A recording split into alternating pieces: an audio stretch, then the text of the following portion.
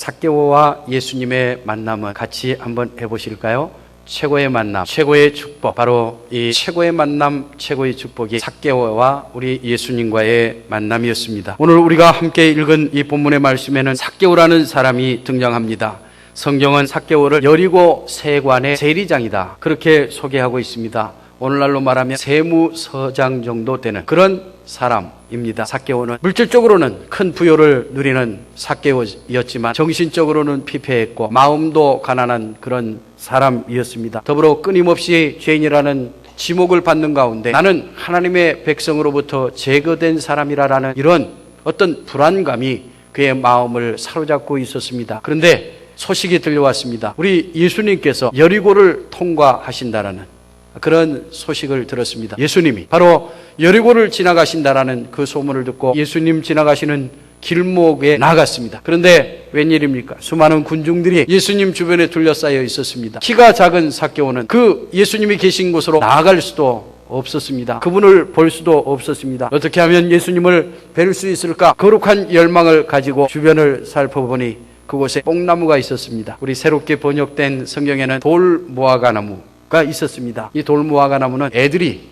오르락내리락하며 장난치는, 사실은 아이들의 놀이터와 같은 돌무화과나무가 있었습니다. 그런데 삭개오는 어떤 사람이었습니까? 세무서장이었습니다. 사회적인 지위가 있는 사람이었습니다. 자신의 자존심을 지키기 위해서 끝없이 노력했고 사람들에게 지탄을 받기 위해서 자기를 관리하는 이런 삭개오, 그가 예수님 보고 싶어, 예수님의 말씀 보고 싶어, 그분의 은혜를 힘입고자 뽕나무에 올라갔습니다. 뽕나무에 올라가서 넋을 잃고 은혜를 받고 있었습니다. 그런데 웬일입니까? 대중을 향해서 설교하시던 예수님께서 뽕나무를 주목하셨습니다. 삭개오를 바라보신 것입니다. 그러면서 말씀합니다. 삭개오야, 속히 내려오라. 내가 오늘 내 집에 유하여야 하겠다라고 그렇게 말씀합니다. 성경은 삭개오가 이 예수님의 음성을 듣고 질구함으로 뽕나무에 내려와서 예수님을 모시고 집으로 갔습니다.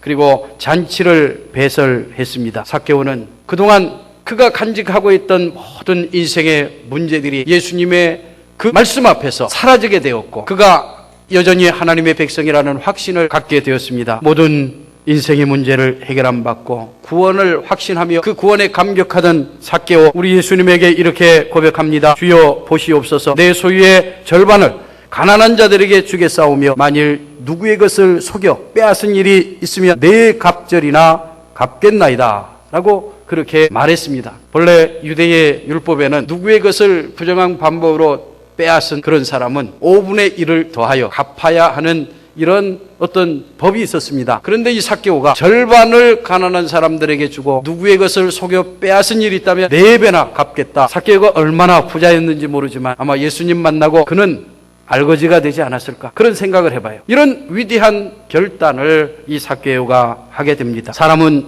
누구를 만나느냐에 따라서 그 인생이 좌우됩니다. 때로 우리가 부부를 이루어 사는데 배우자 잘못 만나서 일생을 불행하게 사는 사람도 있고요, 배우자 잘 만나서 일생을 행복하게 사는 사람도 있습니다. 혹 어떤 사람은 잘못된 만남을 가져 자기의 가지고 있는 재산을 다 날려버리는 이런 사람도 있고요, 혹 사람 잘못 나서 인생의 길이 열리고 사람 되고 그의 삶이 풍요롭게 되는 이런 복된 만남들도 있습니다. 삭개오는 우리 예수님과 만나 인생의 온갖 종류의 문제와 고민거리를 해결받았습니다. 구원의 문제를 해결받았습니다. 가치관과 인생의 목표와 꿈이 변하게 되었고요, 그는 예수님을 만나 인생의 해답을 찾았습니다. 늘 불행한 인생을 산다라고 생각했던 그는 이제는 우리 예수님을 만나 구원받은 하나님의 백성으로 하나님 나라를 꿈꾸며 살아가는 그런 위대한 사람으로 바뀌어졌습니다. 분명히 그는 우리 예수님과의 만남이 최고의 만남이었고 최고의 축복이었습니다. 오늘을 살아가는 우리도 삭개오보다 사실은 더 수많은 난제들을 가지고 살아가고 있습니다. 우리의 힘으로, 우리의 능으로, 우리의 생각과 지식과 방법으로 해결할 수 없는 수많은 인생의 짐들을 지고 가는 것이 저와 여러분들의 삶의 모습입니다. 특별히 현대인들이 겪는 수많은 스트레스, 이런 정신적인 억압 때문에 많은 사람들이 우울증에 시달리고 있습니다. 불안해하고 있습니다. 저도 좀 머리가 빠졌지만요, 어떤 분이 그러시더라고요. 아이 목사님, 앞에서 보면 괜찮은데요, 위에서 보면 훤해요. 저희 아들이 고민하는 저에게 이런 위로를 하더라고요. 아빠, 그거는 우리 하나님 앞에 충성하며 목회한 흔적이야. 그렇게 위로를 받은 적이 있습니다. 많은 사람들이 원형 탈모증에 걸리고요. 얼마나 스트레스를 견디지 못하며 수많은 정신적인 질병에 시달리고 있는 것이 현대를 살아가는 우리들의 모습들입니다. 우리도 삭개오가 만난 예수님 만나야만 합니다. 죄인이라고 손가락질 받고 민족의 지탄을 받던 이 삭개오가 예수님을 만난 후 구원받은 인생, 행복한 인생, 복된 인생을 살게 되었습니다. 삭개오를 만나주셨던 예수님, 우리도 만나주시기를 원하십니다. 삭개오를 구원하셨던 예수님, 우리도 구원하시기를 원하십니다. 삭개오의 인생에 해답이 되셨던 우리 예수님, 저와 여러분들의 인생에도 해답이 되기를 원하십니다. 그렇다면 어떻게 이 삭개오는 예수님을 만났습니까? 먼저 이 삭개오는 자기의 인생의 문제를 홀로 고민하지 않고 우리 예수님에게 가지고 나가는 결단이 있었습니다. 고민하고 염려한다고 해결되는 문제는요, 우리들의 많은 염려와 고민거리의 10%도 되지 않는다고 합니다. 우리들의 문제를 가지고 주님 앞에 나가면 우리 주님 우리의 문제를 받으시고 내 방법이 아닌, 사람의 방법이 아닌 하나님의 방법으로 말씀의 지혜로 우리들의 문제를 해결해 주실 줄로 믿습니다. 너희 중에 누구든지 지혜가 부족하거든 모든 사람에게 후히 주시고 꾸짖지 아니하시는 하나님께 구하라. 그리하면 주시리라 말씀하고 있습니다. 우리들에게 부족함이 있거든. 이 부족함에 우리들은 많은 것들을 집어넣을 수가 있어요. 우리들에게 건강이 부족하거든, 믿음이 부족하거든, 사랑이 부족하거든, 뭔가 경제적으로 가난하거든, 많은 문제들을 이곳에 넣을 수가 있어요. 저와 여러분들의 온갖 종류의 부족한 문제, 그것 가지고 우리 주님 앞에 고백하면요, 우리 주님 꾸짖지 아니하신다고 했습니다. 우리 주님이 꾸짖는 것은 따로 있어요. 죄를 짓고 말씀을 벗어난 삶을 살고 우리들이 부도덕한 삶을 살고 하나님의 영광을 가리는 삶을 살면요, 우리 하나님이 우리를 꾸짖습니다. 그러나 우리의 부족한 문제는 탓하지 않으십니다. 연약한 모습은 탓하지 않으신다 하는 겁니다. 도리어 그분의 넓은 품을 여시고 우리를 초대하십니다. 야, 너 부족한 부분, 내가 필요한 부분이다. 우리 주님 가슴을 활짝 여시고 저와 여러분들을 초대하고 계십니다. 저와 여러분들을 부르고 계십니다. 인생의 무거운 짐들 다 우리 주님 앞에 맡기고 우리 주님께서 해결해 주시는 놀라운 은혜를 힘입는 역사가 우리 가운데 함께 할 수 있기를 주님의 이름으로 축복합니다. 마태복음 11장 28절에는 수고하고 무거운 짐진 자들아 다 내게로 오라. 내가 너희를 쉬게 하리라 말씀하고 있습니다. 시편 5편 22절에는 내 무거운 짐을 여호와께 맡기라. 그가 너를 붙으시고 의인의 여동함을 영영히 허락지 아니하시리라 우리에게 말씀하고 있습니다. 혹 남편도 아내도 우리의 가족들도 우리의 가까이 있는 지인들도 알아주지 않는 그 아픔들, 인생의 무거운 짐들, 고민거리, 문제를 가지고 계시는 분이 있습니까? 이 시간 우리 주님 앞에 가지고 나가는 놀라운 은혜의 시간이 되기를 바랍니다. 그러면 우리의 문제를 받으시고 우리 하나님은 큰 해결, 큰 축복으로 저와 여러분들에게 응답 주실 줄로 믿습니다. 두 번째는 부정적인 자존심을 극복하라 하는 것입니다. 삭개오, 그는 세무서장이었습니다. 부자였습니다. 사회적으로 어떤 면에서는 높은 지위에 있는 사람이었습니다. 내가 어떻게 뽕나무에 올라가? 이건 어떻습니까? 어떤 면에서는 부정적인 자존심입니다. 우리들이 신앙생활을 하다 보면요, 이 부정적인 자존심 때문에 더 큰 은혜를 받지 못하는 경우가 있습니다. 부정적인 자존심 때문에 하나님이 나에게 더 크고 복된 미래를 예비하고 계시는데 그 축복을 누리지 못하는 경우가 있습니다. 부정적인 자존심이 주님 앞에 나가는 길을 막습니다. 과연 우리에게는 그런 부정적인 자존심이 없습니까? 있진 않는가? 우리 자신을 말씀으로 우리가 조명하여 우리 자신을 바라볼 수 있기를 바랍니다. 그리고 이 삭개오처럼 부정적인 자존심 때문에 더 큰 은혜를 받지 못하고 더 큰 사명을 얻지 못했다면 그 부정적인 자존심 다 내어버리고 우리 주님의 은혜에 힘입는 귀한 역사가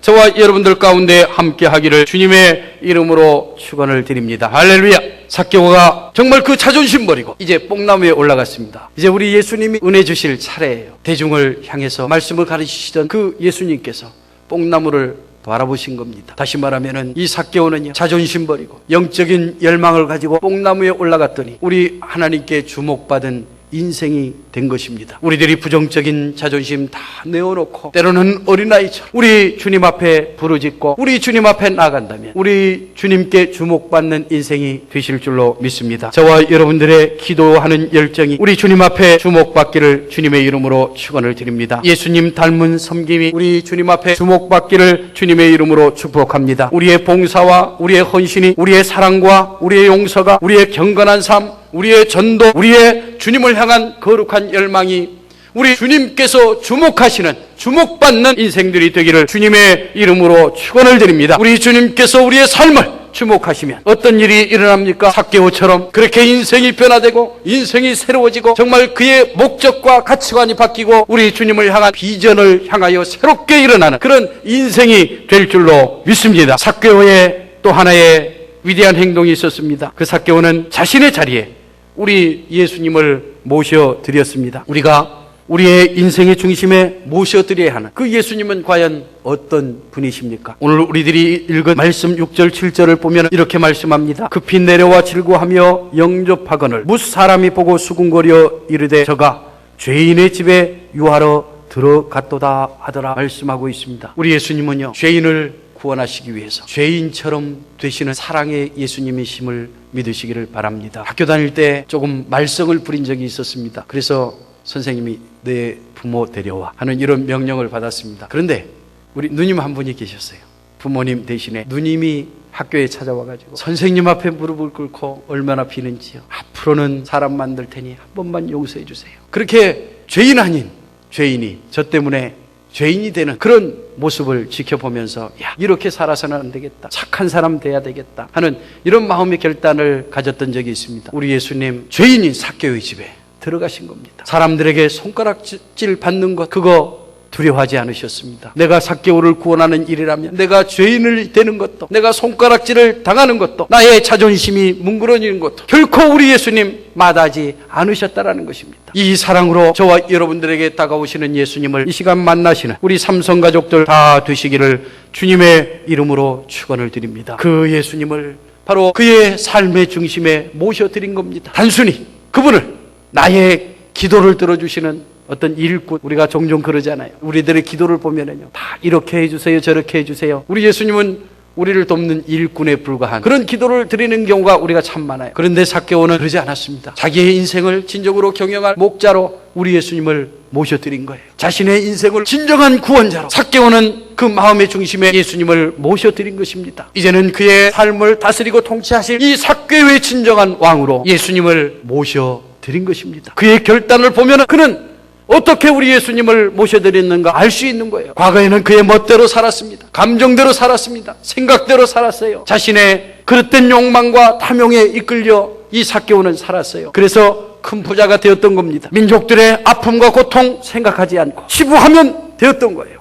이런 삭개오가 엄청난 변화를 경험한 겁니다. 과거에는 그렇게 살았지만 이제는 예수님을 나의 주님, 나의 목자, 나의 왕으로 모시고 살겠습니다. 그는 이런 믿음이 있었기 때문에, 이런 결단이 있었기 때문에 그는 이제는 포기할 수 있었던 거예요. 재산도 포기할 수 있었던 겁니다. 남들에게 고통 주었던 모든 그 고통들을 내가 치유해 주겠다라고 결단했던 것입니다. 삭개오를 만나주셨던 예수님, 우리를 만나주시기를 원하십니다. 삭개오의 문제를 해결해 주셨던 예수님, 우리의 문제를 해결해 주시기를 원하십니다. 삭개오의 진정한 구원을 이루셨던 하나님, 저와 여러분들의 구원자가 되시기를 원하십니다. 이 시간 우리 예수님과의 최고의 만남, 최고의 축복이 되기 위하여 나의 문제를 가지고 우리 예수님에게 나아가실 수 있기를 바랍니다. 나의 부정적인 자존심, 지금까지 그것 포기하지 못해서 은혜 받지 못했고, 그것 포기하지 못해서 우리 주님 앞에 더욱더 가까이 가지 못했고, 그것 버리지 못했기 때문에 응답하지 못했던 그 부정적인 자존심이 우리에게 있습니다. 그것 다 내어버리시고 우리 예수님 뜨겁게 만나는 은혜가 우리 가운데 함께 할 수 있기를 주님의 이름으로 축복합니다. 나의 중심에 우리 예수님을 나의 주님, 나의 왕으로 모셔드리는 이 시간이 되기를 주님의 이름으로 축복합니다. 그러면 삭개오에게 주셨던 선포, 저와 여러분들을 향해서 선포하실 줄로 믿습니다. 예수께서 이르시되 오늘 구원이 이 집에 이르렀으니 이 사람도 한번 같이 해보실까요? 아브라함의 자손이미로다. 할렐루야. 이런 주님의 선포하심이 우리 주님 음성으로 저와 여러분들에게 들려지기를 주님의 이름으로 축복합니다.